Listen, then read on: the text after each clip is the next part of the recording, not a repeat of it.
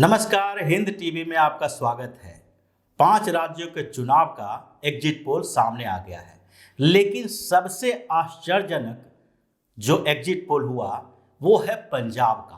पंजाब में exit poll करने वालों ने केवल एक पक्ष को देखा।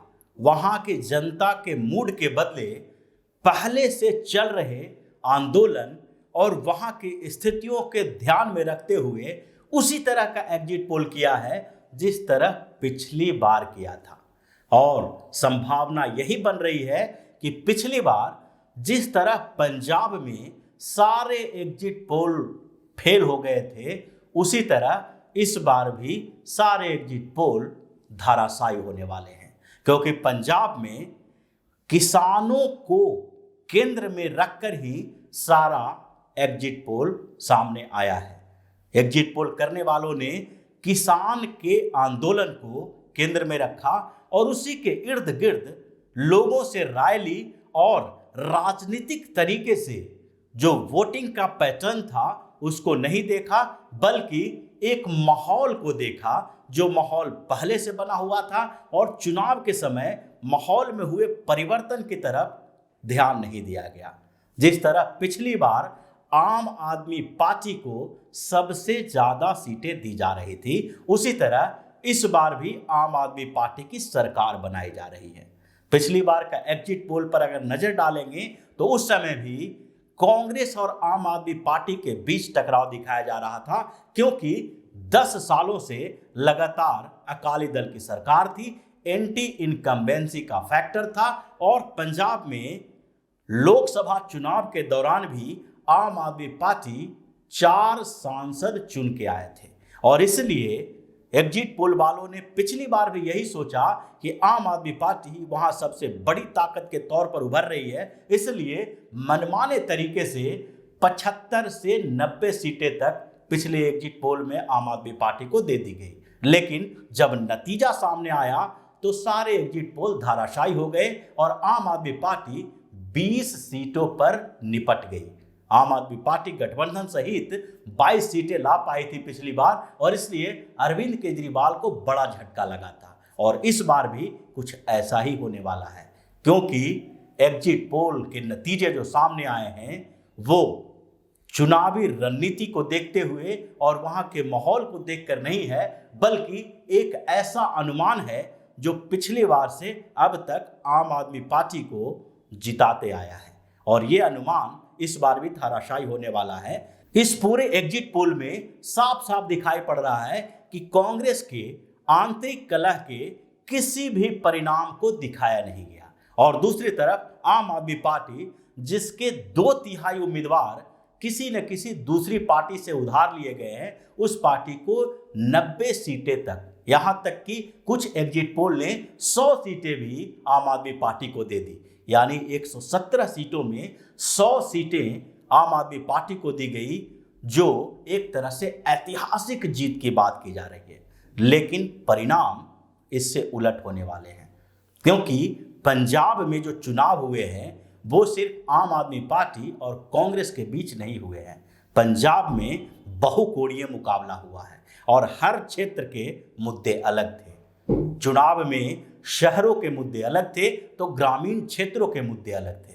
मालवा, माझा और दोआब में अलग अलग जो विधानसभा क्षेत्र है वहां भी सिर्फ एक मुद्दे पे चुनाव नहीं लड़ा गया था, जबकि एग्जिट पोल में केवल दिखाया गया कि एक तरफ चन्नी को सीएम कैंडिडेट घोषित करके कांग्रेस ने दलितों का वोट लिया, तो दूसरी तरफ भगवंत मान को सामने लाकर आम आदमी पार्टी ने अरविंद केजरीवाल की छवि पूरे पंजाब में बनाई। पूरे एग्जिट पोल में अरविंद केजरीवाल के नाम पर वोट देने की बात की जा रही थी और हर जगह पर इस बात की चर्चा थी कि अरविंद केजरीवाल के कारण ही दिल्ली मॉडल की बात वहां पर की जा रही थी और पंजाब में लोगों ने अरविंद केजरीवाल को वोट दिया है। यानी कि भगवंत मान का ज्यादा असर नहीं हुआ, अरविंद केजरीवाल का ही असर हुआ है। इसलिए इस एग्जिट पोल के ऊपर भरोसा करना मुश्किल दिखाई पड़ रहा है, जिस तरह से पिछली बार हुआ था। और पिछली बार परिणाम आने के बाद ये सारी स्थितियां क्लियर हुई थी। अभी जो सामने आ रहे हैं और जो दिखाई पड़ रहा है वो उससे अलग है। और आम आदमी पार्टी सबसे बड़ी पार्टी तो बन सकती है, लेकिन पंजाब में इस बार किसी को पूर्ण बहुमत आना मुश्किल है। आम आदमी पार्टी को इस चुनाव में 40 से 50 सीटों के बीच मिलने की संभावना है, जबकि पंजाब में सरकार बनाने के लिए 59 विधायकों की जरूरत होती है। आम आदमी पार्टी 40 से 50 के बीच कहीं टिक सकती है और संभावना इस बात की है कि 50 का आंकड़ा आम आदमी पार्टी पार न कर पाए, जबकि दूसरी तरफ कांग्रेस के पास भी पूरे आधार होने और आंतरिक कलह के बावजूद भी स्थिति बहुत ही खराब नहीं है।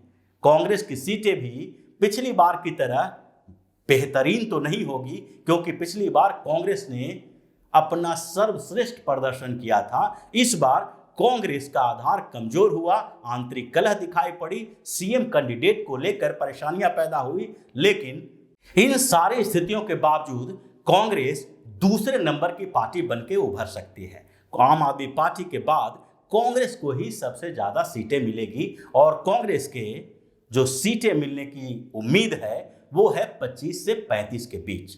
25 से 35 के बीच कांग्रेस को सीटें मिलेगी, जबकि इतनी सीटों में न तो आम आदमी पार्टी की सरकार बन सकती है और न ही कांग्रेस की सरकार बन सकती है। तो इसके अलावा जो पार्टियां वहां चुनावी मैदान में है वो है भारतीय जनता पार्टी का गठबंधन और दूसरा अकाली दल का गठबंधन।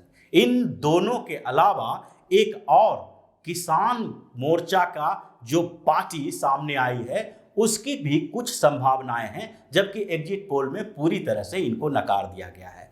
तो भारतीय जनता पार्टी, कैप्टन अमरिंदर सिंह की पार्टी और दूसरा अकाली दल संयुक्त, तीनों का जो गठबंधन है इसको इस चुनाव में 20 से 30 सीटें मिलने की संभावना दिखाई पड़ रही है। और जो एग्जिट पोल में कहीं कहीं 1 से 10 सीट और 1 से 4 सीटें के बीच दिखाई गई है, वो संभावनाएं कहीं से भी मानने लायक नहीं है, क्योंकि अभी भी जो अर्बन सेक्टर है वहां पर भारतीय जनता पार्टी की स्थिति अच्छी बताई जा रही थी और 23 विधानसभा क्षेत्र जहां हिंदू पंजाब में बड़ी निर्णायक भूमिका में होते हैं, उन क्षेत्रों में भी कम से कम 50% सीटों पर भारतीय जनता पार्टी की जीत की संभावना पहले से ही दिखाई पड़ रही थी।